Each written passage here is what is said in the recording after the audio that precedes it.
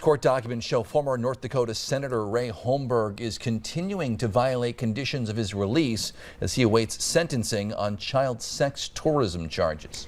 Valley News Team's Sydney Zatz is live in studio tonight breaking down exactly what happened. Sydney.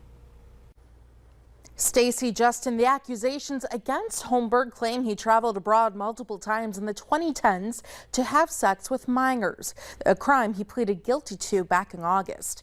And back in August, we did tell you how Holmberg violated conditions of his release. That includes drinking alcohol, leaving home without approval, and going on the internet multiple times without approval. A release status report says he's continuing to go on the internet for reasons not approved by pretrial services.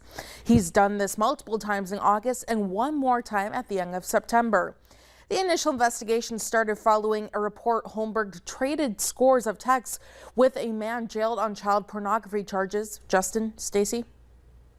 All right, thanks, Sydney. Holmberg was first elected as a Republican to the state Senate back in 1976 when he represented areas around Grand Forks. He resigned from office in 2022.